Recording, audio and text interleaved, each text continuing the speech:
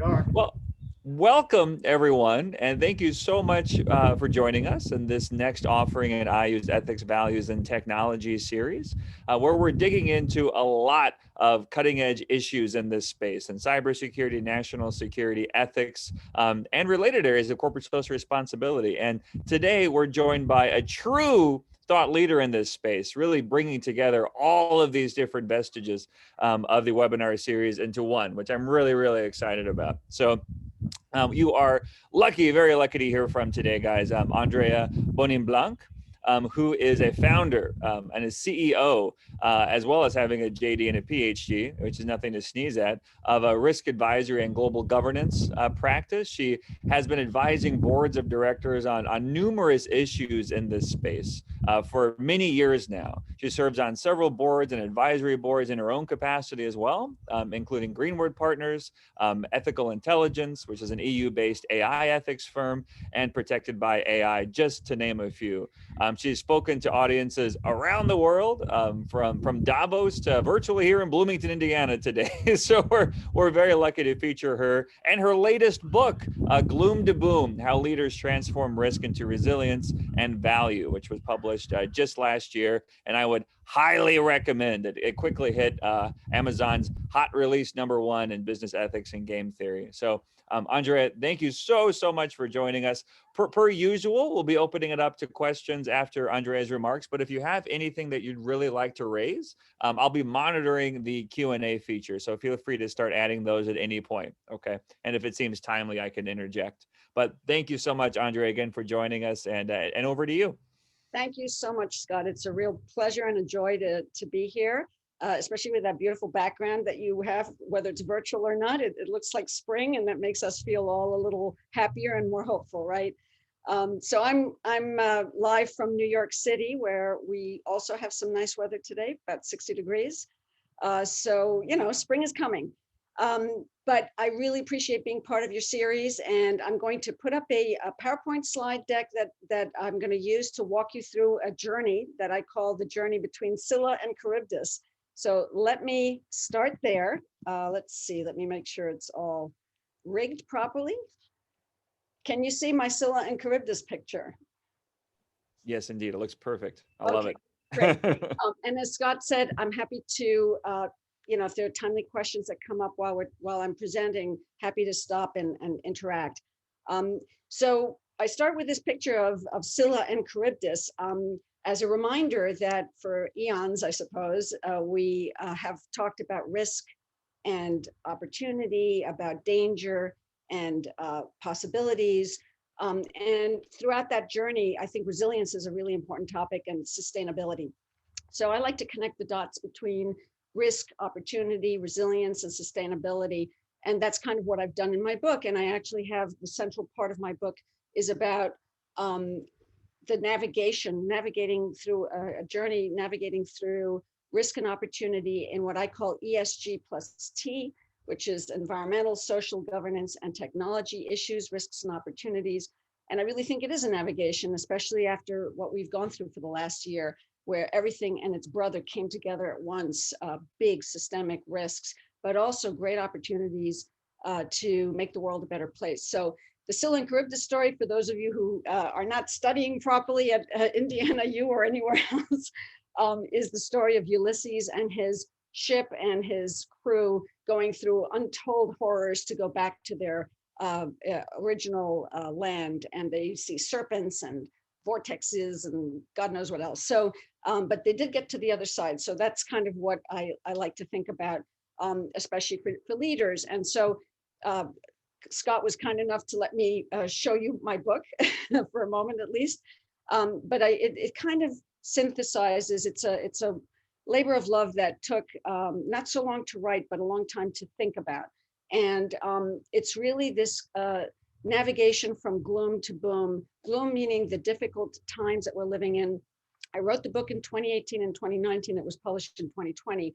And it was published before the pandemic, which makes me feel good in the sense that I was thinking about these mega trends of our turbulent times before this really big one hit, because I think we all see these things coming. certainly in the environmental world with climate change, in the technology world with the rapid disruptive change, and so on. So this journey is taking leaders through this navigation of environmental, social governance, and technology issues to a place of resilience, sustainability, and value. And so what Scott asked me to talk about today is how we create those ethical leaders that will help us navigate through our really difficult times. So I'll start off by just saying what, having a quick sort of back and forth about what is a 21st century ethical leader. And I think we can go back to some of the interesting sayings and limericks maybe from the past, where the risky kind of leader, the dark side of leadership can be seen through some of these quotes. Everybody's, I think, familiar with the fish rots from the head. It's not something that the mafia invented. It's something that apparently the ancients invented at some point. And then there's another quote here from Seneca, first century Roman philosopher, who I won't say it in Latin, I'll say it in English as translated by Benjamin Franklin, or attributed to him. If you lie down with dogs, you wake up with fleas. So to me, that is it sort of represents the idea that you have a bad leader, you have a difficult leader, a leader who is not leading and ethically in a way that's representative of the stakeholders. That person creates a culture that is basically full of similar sycophants and sociopaths. So that's kind of the milieu of the dark leader, of the risky leader. You also have a Machiavelli quote here. One who deceives will always find those who allow themselves to be deceived. So we've lived some difficult times, not only in the US, but worldwide recently, that I think these kinds of things resonate. But then there's a better side to things. There's the better leaders. And I do want to emphasize that we need to find those better leaders, whether it's in government, society, or universities, or business. And the opportunity here, I love this quote from Voltaire, 18th century French writer: with great power comes great responsibility. I really love that because it talks to leadership, servant leadership, the leader who is thinking about their stakeholders, who they are, what they need, their expectations, their needs, etc. And then we have a nice quote here from Abraham Lincoln: when I do good, I feel good. When I do bad, I feel bad. That's my religion. Again, a very simple concept, but a really nice one that resonated with me. And I have those quotes in the leadership chapter of my book. Now, here is something that I've developed over the years. Probably the first time I put this together was 10 or 15 years ago in presentations that I was making when I was a corporate executive to business people, high-level board or executive level people who I was working with or working for. And I found over the years that this really resonates. It's a very simplistic, but I think it really works. And I call it an ESGT leadership typology because it's focusing on what kind of a leader do you have? And this could be business, it could also be government, it could also be any other kind of entity.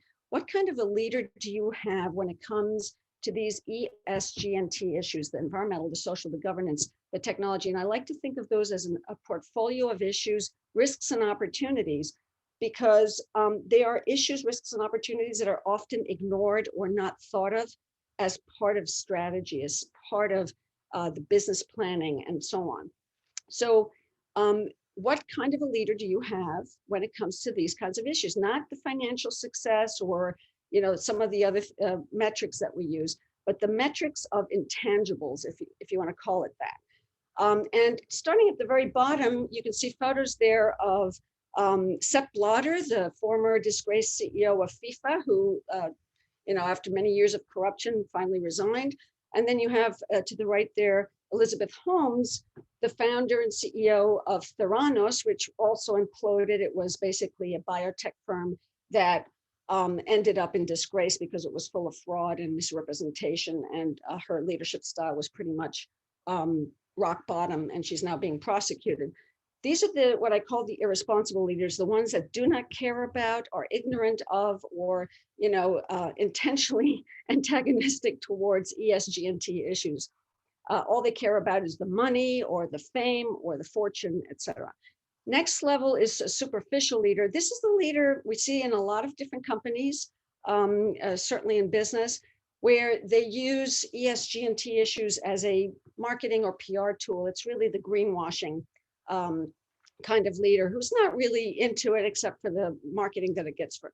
Then we have the top two, which are the responsible leader and the enlightened leader.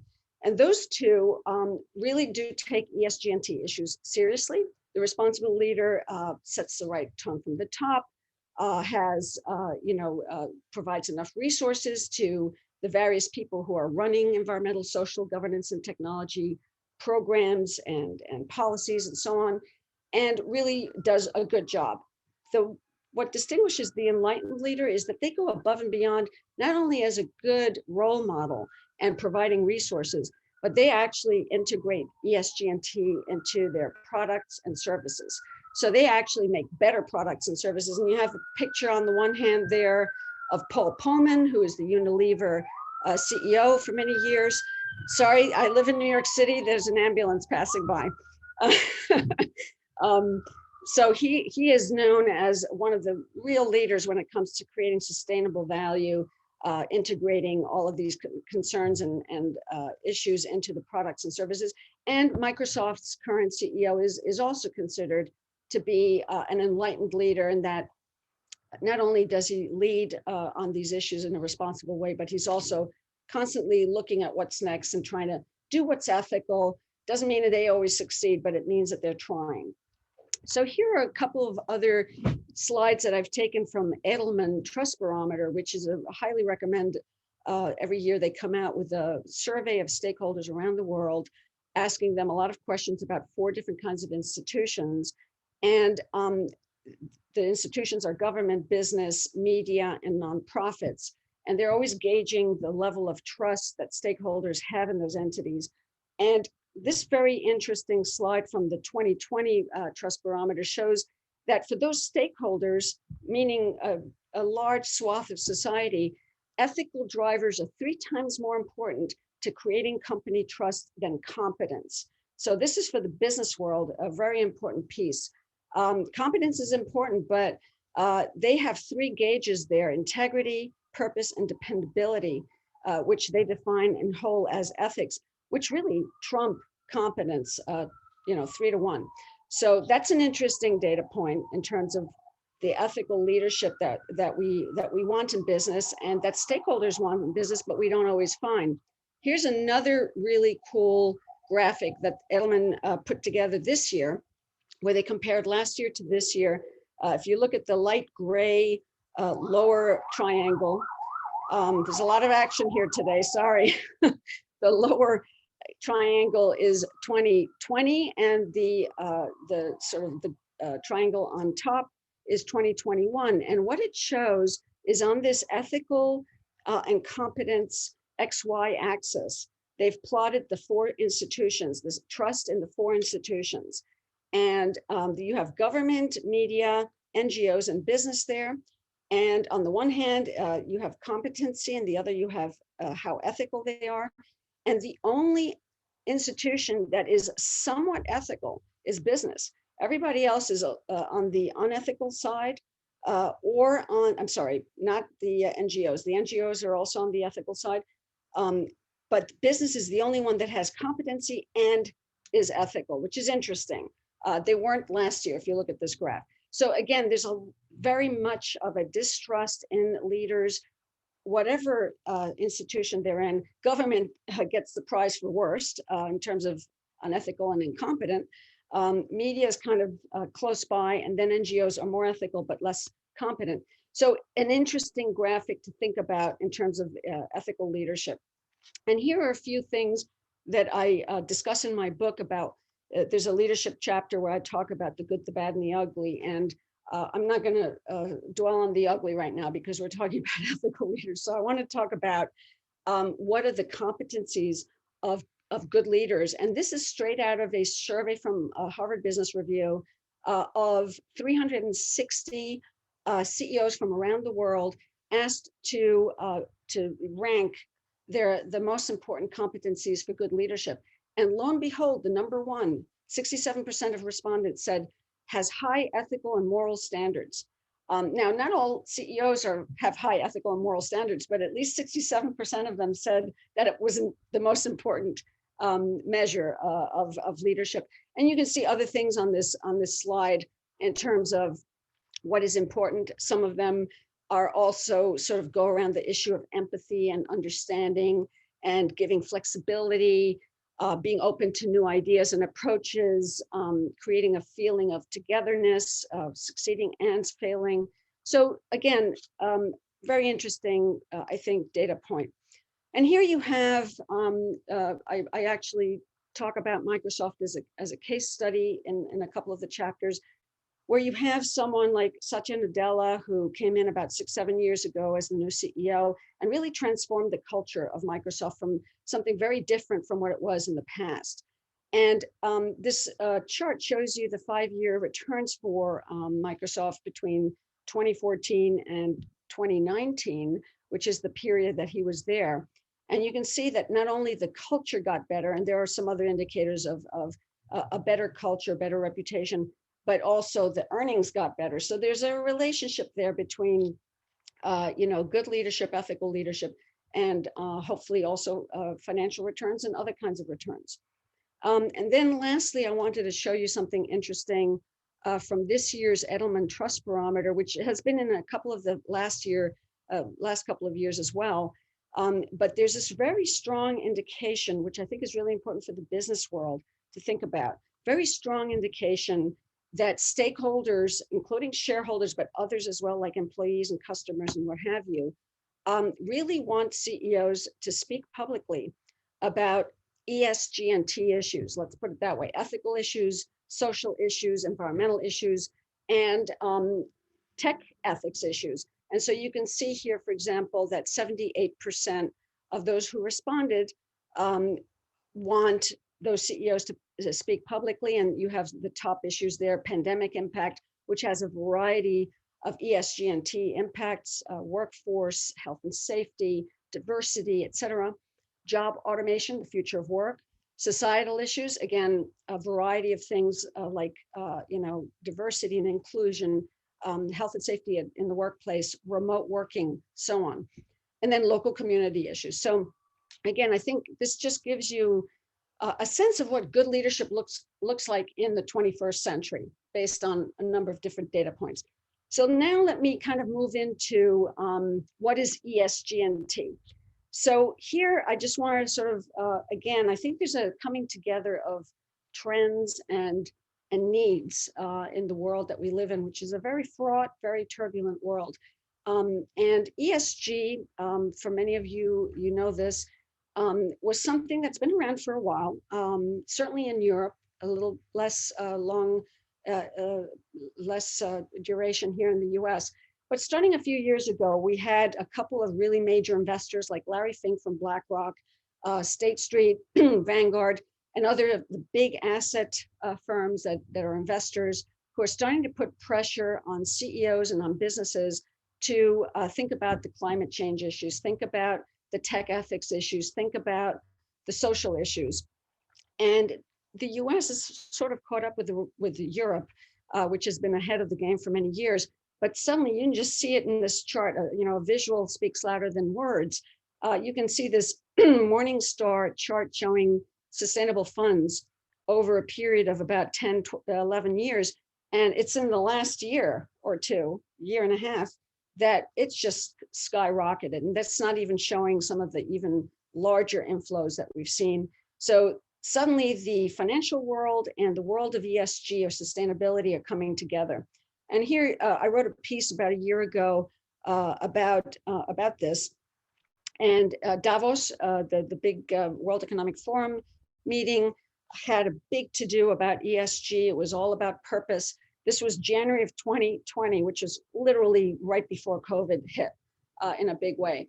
But that was already the noise that was going on. And so here are some of the antecedents, some of the things that have happened in the last couple of years, which I outline in this article. But basically, there's been a momentum. And this momentum has become a tsunami, as far as I'm concerned, over the last year, because in the last year, the pandemic didn't dampen these things. It actually exposed more and more of our underlying environmental, ethical, social governance, tech ethics issues. And so leaders have to start thinking about that. So that's why in my book, and before the pandemic, but I still was thinking, there's so many technology issues that we're not thinking about as part of ESG. Some people throw in data privacy and cyber breaches under the S. Well, maybe, but let me put it this way: we're living in a really interconnected, complex world, and this is a picture from the World Economic Forum's Global Risks Report, which they come out every year, and it's a really great resource where they have 5 categories of systemic global risk, and this shows how interconnected and codependent everything is. And there's a lot more detail in their reports, which I really recommend to those of you interested. But here's why I think we need to go to a sense of ESG+T. Technology suffuses everything we do. I mean, think about if the pandemic had hit 10 years ago, we wouldn't be doing this right now. We wouldn't have the capability of a Zoom webinar with people anywhere in the world tuning in. And that replicated a million times because that's how we do work, that's how we study, that's how we interact with friends and family.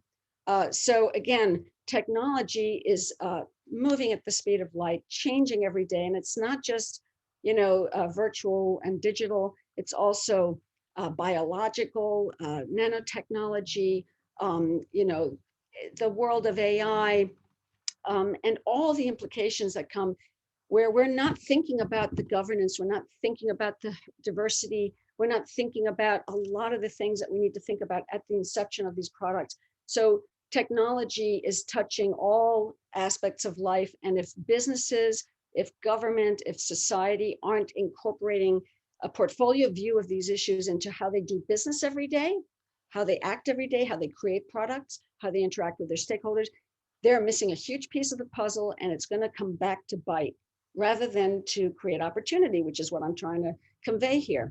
So speaking of opportunity and the good part of this, here's just a summary that I put together. It's also in the book where I looked at the SDGs, and I know this is one of Scott's favorite areas to think about in terms of cybersecurity and the SDGs and cyber peace. And this is just a quick chart, and I kind of just put together my thoughts on this, looked at each of the 17 SDGs, and then try to categorize which ones fall under which category of environmental, social, governance, or technology. And I checked off all of the boxes for technology because there are ways that technology can help or hinder each of one of these SDGs, which again, the Sustainable Development Goals, which are supposed to be reached in 2030, which I wish us luck, but at least we have something to motivate us, right?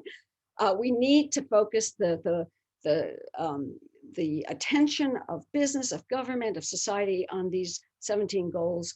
And the UN, for example, has a big data for SDGs, where they've basically tried to mix and match business and society and government to address some of the ways to use big data and digital technology to solve for each of these 17. So that's great. To me, that's where the good is, where the opportunity and the value creation is.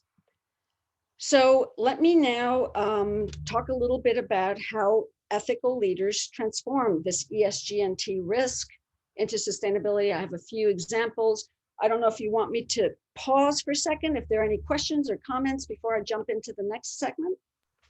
Happy to. Yeah, if there's any, there are indeed one, it looks like. So Jay was asking, if you wouldn't mind, Andrea, about, you might be able to see it there as well, whether you anticipate a significantly higher ESG for government institutions given the recent change of administration. So obviously a core focus of the Biden administration on, climate, and frankly on technology and data governance. Do you see those two worlds colliding in some interesting ways potentially?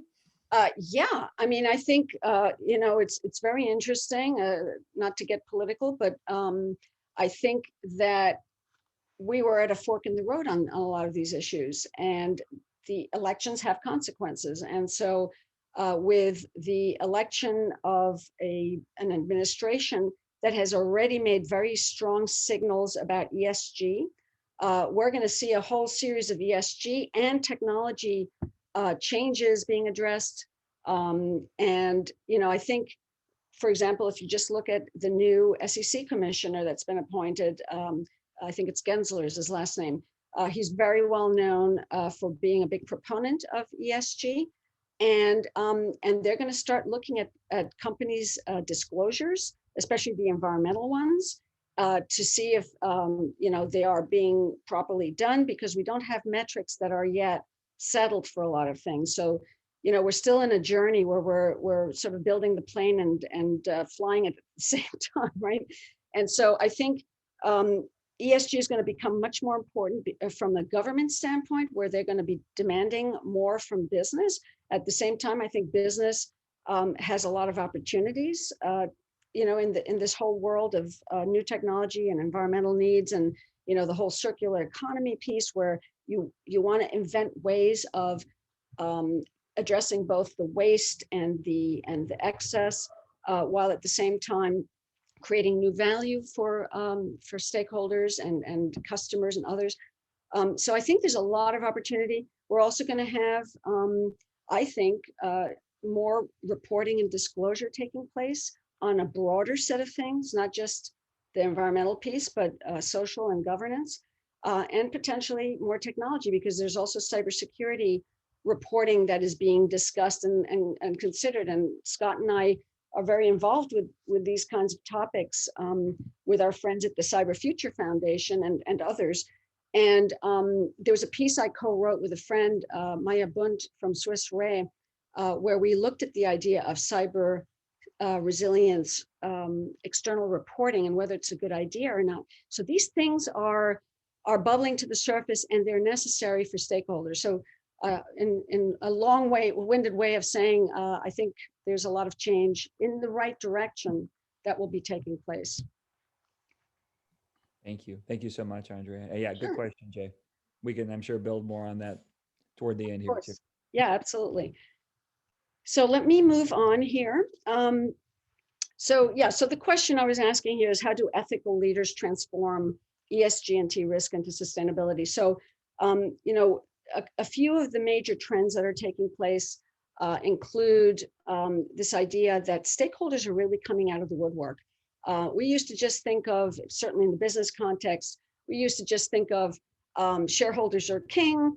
You know, the whole legal and fiduciary system is set up so that it's really focused on improving the financial returns and watching over the financial well-being of shareholders and owners. But more and more over the last few years, I think we're coming to a place of stakeholder capitalism, if you want to call it that.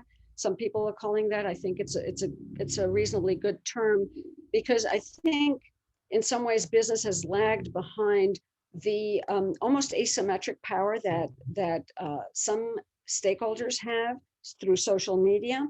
So, you know, one disgruntled customer who gets abused on an airplane can tweet about it, and suddenly it's viral and it hits the reputation of the airliner.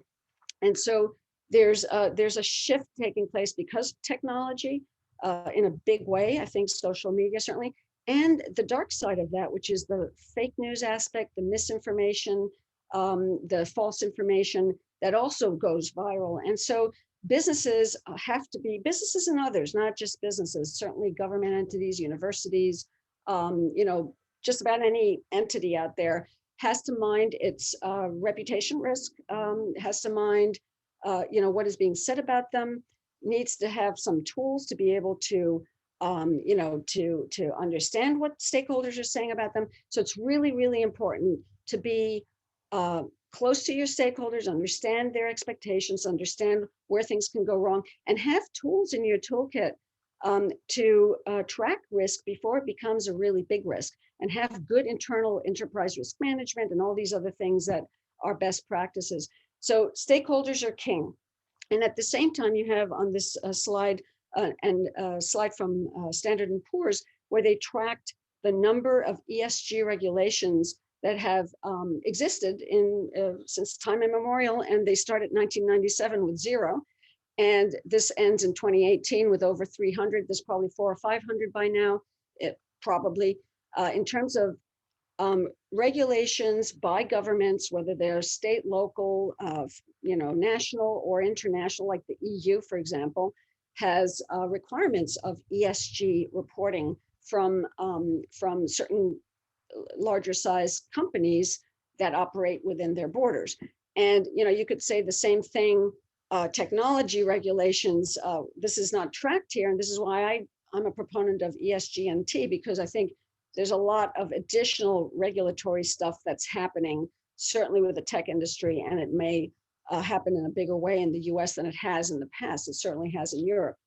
So again, the ethical leaders of the 21st century need to pay attention to these forces of both the stakeholders and the regulators.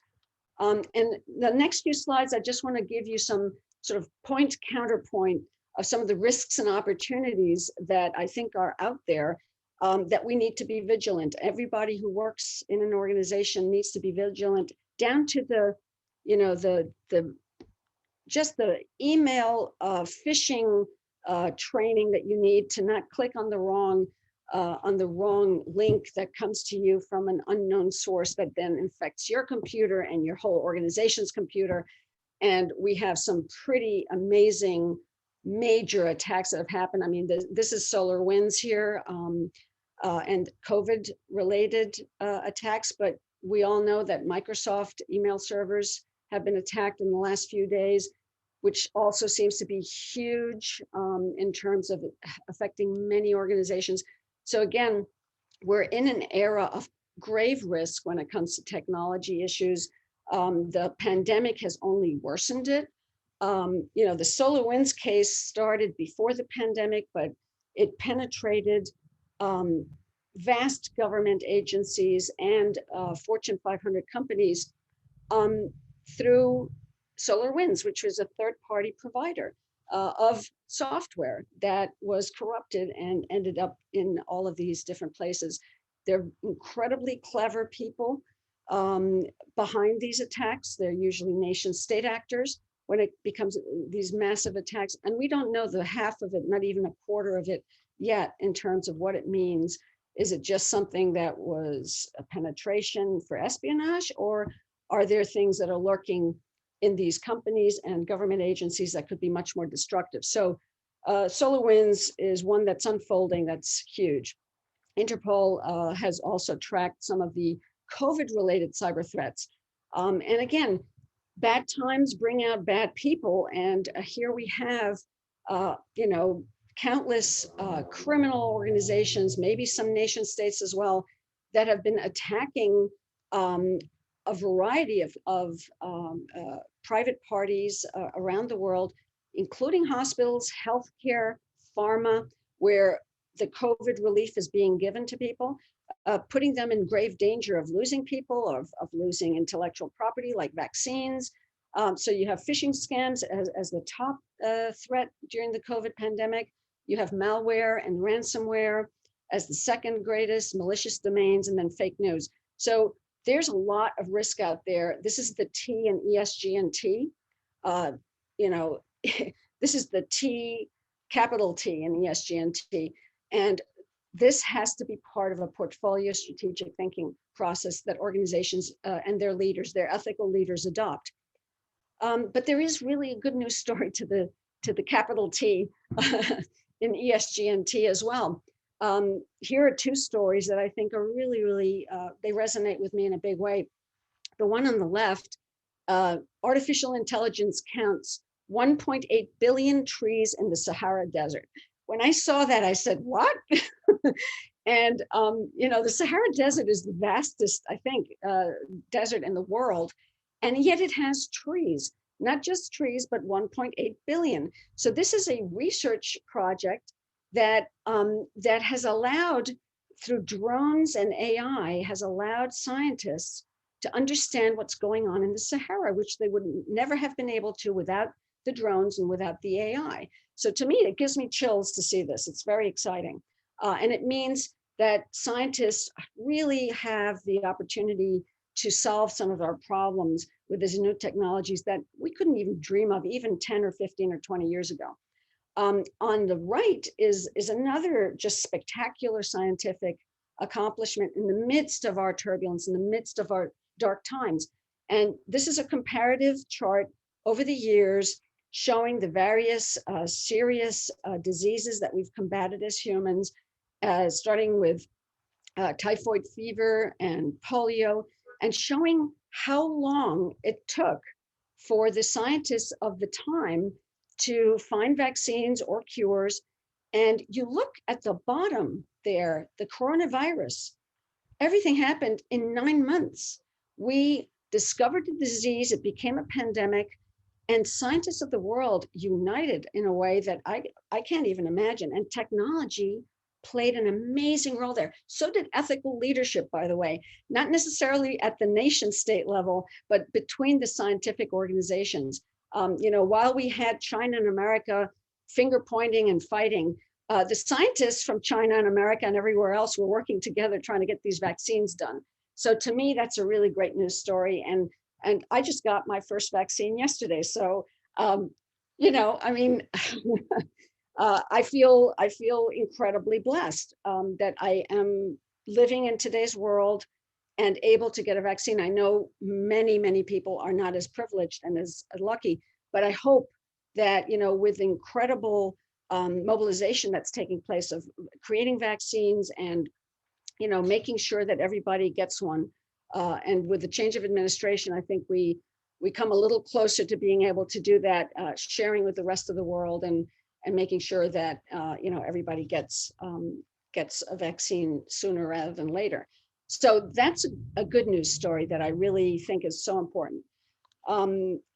Let me show you again a sort of point counterpoint. So this is a sort of a wheel of ESG+T risks that have come out of the pandemic. And I've put this together because it really shows the interconnectedness that the World Economic Forum talks about, that I talk about, how these risks of today, these big systemic risks, are kind of interact with one another, push and shove other risks coming out.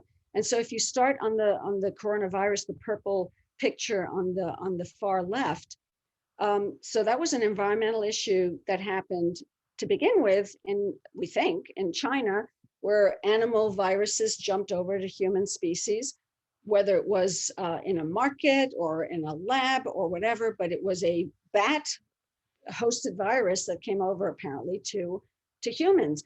That's how and the reason, a lot of scientists are saying this, the reason this happened is that we are deforesting and destroying the natural habitat of a lot of animals. And so we're coming much closer into contact with them, whether it's because we're closer together or because we slaughter them for food, whatever it is, we got it. So this is part of the environmental degradation that's taking place.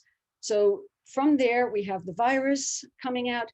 I have a picture there of the US at its worst in the middle of last year and towards the end of last year, where the spread of the pandemic of the virus was just enormous. And we are probably, there may be one or two other countries that are maybe worse per capita, but we are one of the worst cases of this pandemic. And it affected society in a number of different ways. And we've had political implications, ideological, just chasms between people. It's also led to this situation where the killing of a Black man in Minneapolis became a focal point for everybody who saw it, number one, but also a social situation that's untenable, a situation of racism that just came to the fore when everybody was at home and didn't really have anything else to do.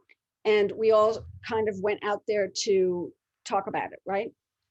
So the social justice issues, the racism issues came out. Go further down to the slaughterhouse picture there, and that is a social issue and a governance issue. It's a social issue in that our frontline workers were often the least paid, the least protected, and they ended up, putting their lives at risk because they needed to work. Some of us were lucky we could work from home or study from home. So again, that's a governance issue that is spilled over into companies. How are you going to govern your worker safety, your worker health? So that was a governance issue. Finally, going to the bottom of this wheel, we have governance and technology intertwining. I mentioned before the US election of 2020, the fake news. All this stuff came out during the pandemic as well. And it was exacerbated by the fact that we had such a changed social environment and political environment. And then last but not least, in the technology piece at the bottom there, I have the ransomware in healthcare, which was worse than ever. And it was worse than ever because the bad actors in cyber were taking advantage of a pandemic to try to get money out of hospitals and healthcare facilities, et cetera. So all of this is interconnected during a year of systemic risk. So let me go to the better news picture, which is, this whole idea that because we have technology, because we have digital capabilities, we can also do a lot to combat some of the things that have become so obvious during this last year, which were always there, but came to the surface because of the pandemic situation. And so again, I'm sharing with you the big data and the SDGs, where the UN is basically getting private, public, and social partnerships off the ground to combat those 17, not combat, but to achieve those 17 sustainable development goals. And so here you have little examples for each of the 17 of what data science and analytics can do to contribute to sustainable development. And if you just take a look, clean water and sanitation, sensors connected to water pumps can track access to clean water.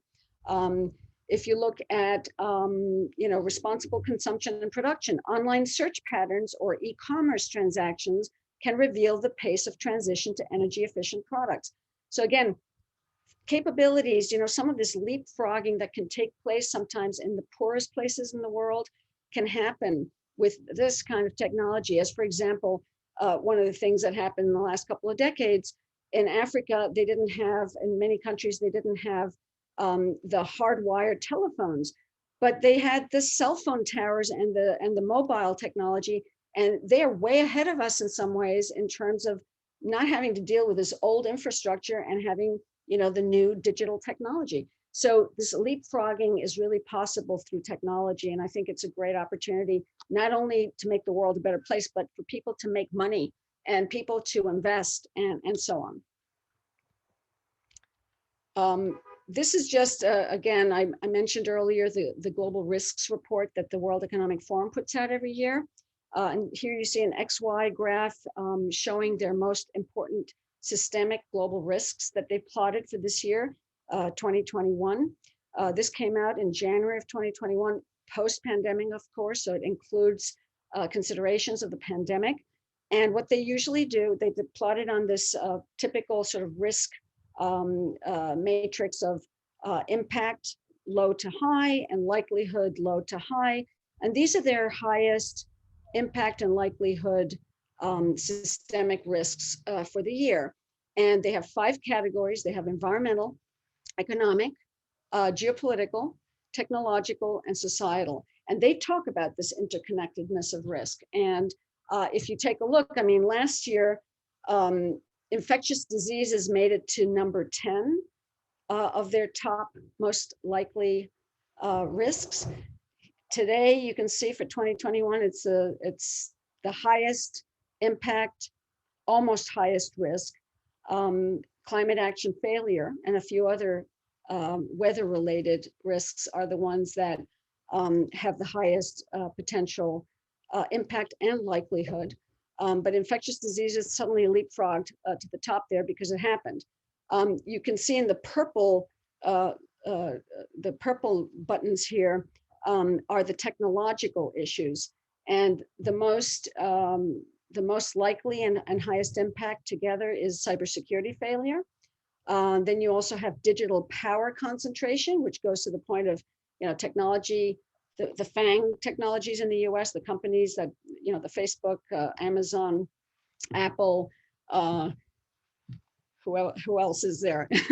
The biggest technology companies have a lot of concentrated power. And one of the big discussions right now, certainly in the EU, but starting in the US, I think more and more, is we need to regulate them somehow because they're allowing all kinds of Wild West stuff to happen, like fake news and other kinds of things that have actual damaging consequences on people. People die.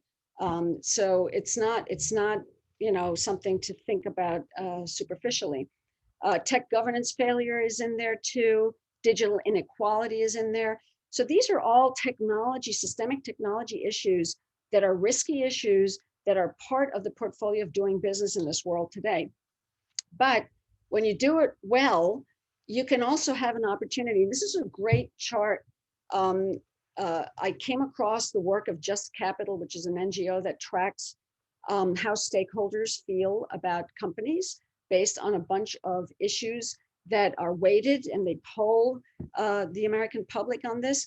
And so this is their first ranking, the 2021 ranking of America's largest publicly traded companies on issues that matter to those stakeholders like employees and customers.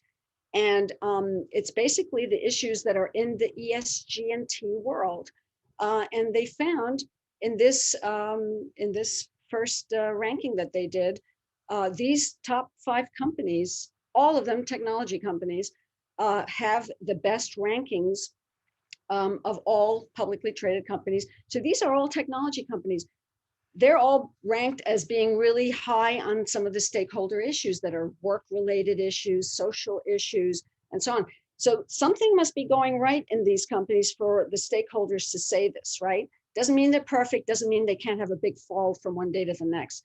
But I think it's really important that we learn what they're doing right, because they apparently are on some of these ESG+T issues. So there's great opportunity for others who are not on this list to think about, how do I become a better leader? How do I become a better product and service provider?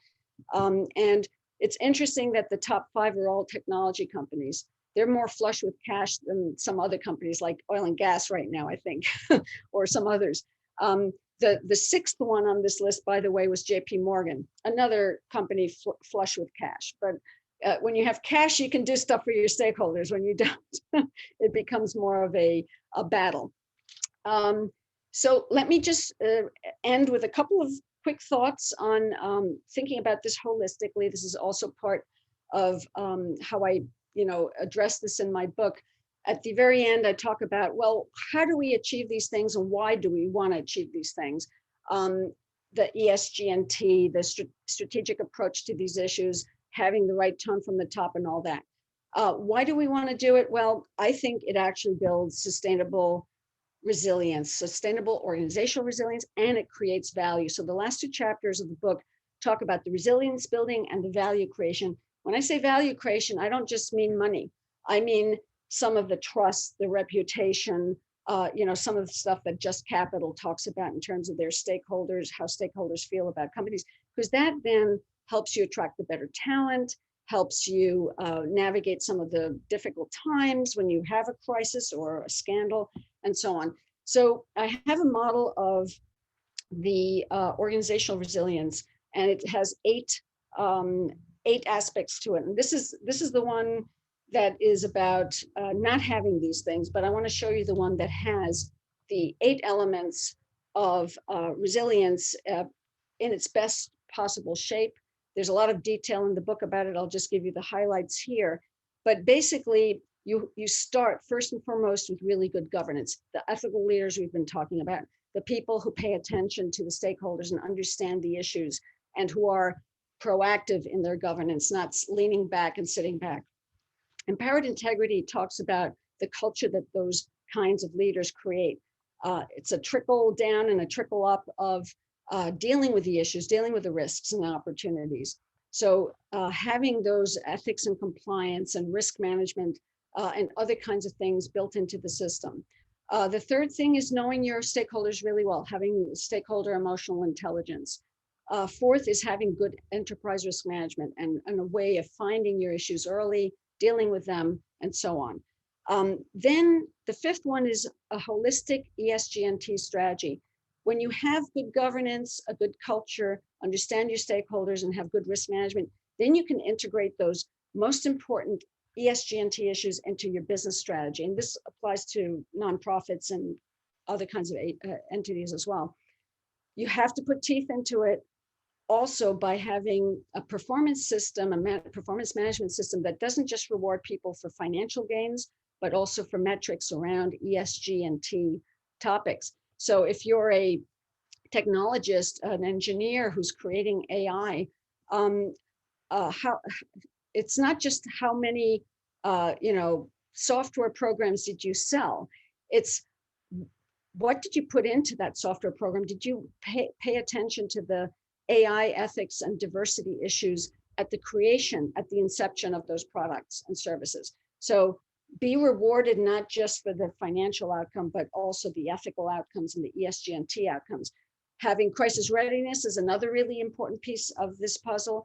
And then when you have all these things in a really good sort of assembled, well-running sort of clockwork, that gives you the opportunity to do lessons learned and to improve products and services and maybe even create new value.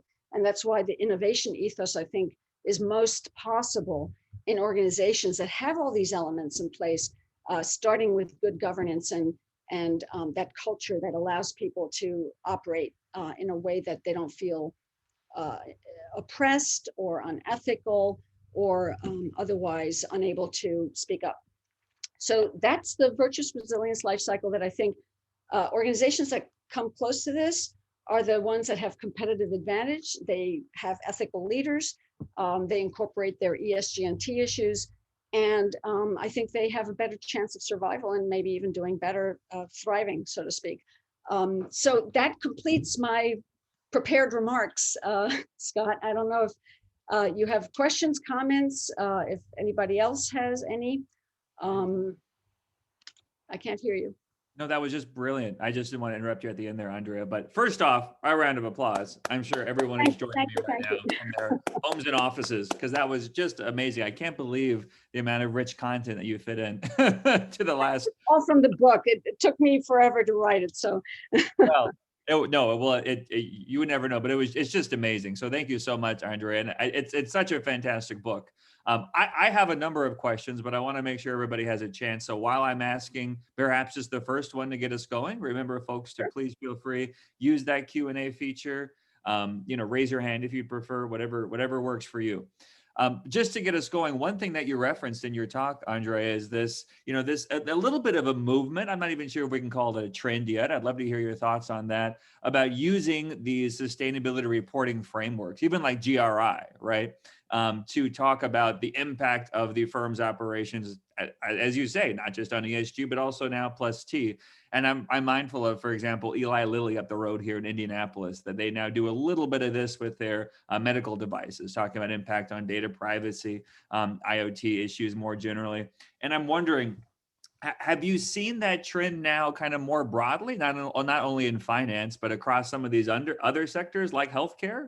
And if so, just based on your extensive experience working with so many boards of directors, does having that extra layer, of information, is that starting to contribute to some of the debates that are taking place? Yes and yes. I mean, and you mentioned Eli Lilly, and I've known some of the people there over the years, especially when I was an ethics and compliance officer. I met some of my counterparts and others, and they've done a lot of really good work in this area in terms of integrating, especially their environmental issues. This goes back a while, into strategy. They had their ethics and compliance people working with their strategy people. So they were actually doing this a long time ago, which is really cool. Another pharma company that I think does it really well and has been, and I'm again familiar with some of the people there, is Merck. They've had really great leadership over the years, and who have put ethics and put ESG kinds of issues at the forefront, and their boards have too. I don't think they are the rule. They're the exception. So, I like to call out the good examples and not necessarily dump on the bad examples. But I think, especially with this last year, this whole ESG movement is definitely catching on because the investment community is pushing for it. The Larry Finks and the BlackRocks and the Vanguards and others are requiring this, and investors broadly want to understand what are you doing for climate change? What are you doing for your workers during the pandemic? And this has trickled up to the board, and I've seen a real change in the boardroom. They're finally, in my opinion, paying attention to ESG. They're also paying attention to digital issues and to cyber, of course, because now cyber is everywhere and it's hurting them. So yeah, I think this is yes and yes. Excellent. And that's certainly encouraging. Yeah, I mean, I'm a hope springs eternal kind of person, but I'm also a realist, and I really think things have changed I hear in a you. good way. Pragmatic optimist, right? Yeah, I'd yeah. like to subscribe to that same that same camp. I haven't done it yet. It'd be interesting to tool around on some of these databases, like the GRI database, just to see if you can search, by some of these, even keywords like data privacy and cybersecurity, see what's coming back.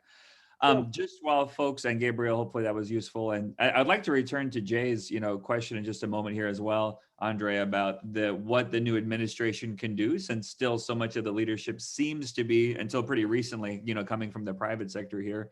But just turning a little bit, you mentioned NGOs earlier and that kind of other unique quadrangle, right?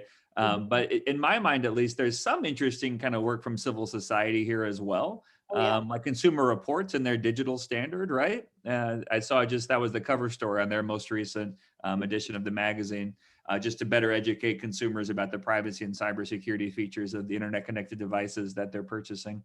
And, trust marks kind of goes along with that, right? So I'm wondering, is that, and obviously places like Europe much further along. To my understanding, the CE trust mark now has some privacy and security aspects to their rating schemes there.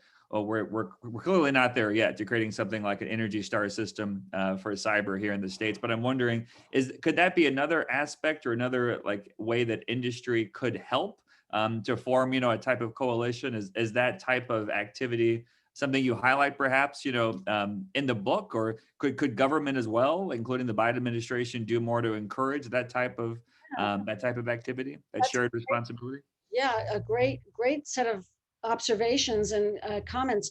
I don't actually talk about that much in the book, but I think that is a frontier of change that we should all encourage, getting these good housekeeping seals of approval from organizations that you can trust, right? Whether it's a government organization or an NGO. I think the Consumer Reports, example is really good. And there are some for-profit companies out there. I don't know how good they are, so I don't want to name names, but there are some that are trying to create scores on the cyber security of a company based on what they can gather from the outside. I don't know how good, bad, or indifferent that is, but we really do need, it is a wild west out there. Even if you're a board member and you want to understand the cyber and the cyber solutions for your company, there's a million different providers out there. Who's to say who's good, who's bad, and who's ugly, right? And so to understand who those service providers are and what the products and services, how they're rated, are they, I was just, I'm literally doing something for my own website, trying to understand the security profile and what I should purchase and not purchase to make it secure, right? And so I go to some of my trusted friends to get the answer, and I'm lucky to have good trusted friends who know something about this. But most people don't, and most companies don't. So yeah, I think we should have more ratings and seals of approval and that sort of thing. No, thanks so much, Andrea. And for what it's worth, Megan Stiefel, another IU alum over at Public Knowledge, has done some great work on looking at those intersections between sustainability and cybersecurity as well. And based on your reference to Eli Lilly as well earlier, we will have Meredith Harper, the current CISO of Eli Lilly, in the IU CSCR speaker series here coming up next month, which we're really excited about. But for now, unfortunately, we are out of time, which I hate to say. So let me just thank you. Please join me in thanking as well, Andrea, once again. Thank you for having me. Thank you for having Talk. And if you're listening to this now or watching it later, buy Andrea's book. It's fantastic. Fine. And he doesn't have a commission, so No, that's it. No, yeah, it no really commission. is wonderful. And his books are fantastic too. So, touche. Well, if you have trouble going to sleep at night, for sure. So, thank you so much for taking time out of your busy schedule, Andrea. We really, really appreciate it. Thank you, Scott. You're a gentleman and a scholar. You're too kind. No, thanks. And I hope you have a wonderful rest of the day. And thanks everybody for joining as well. Hope to see you soon. Take care.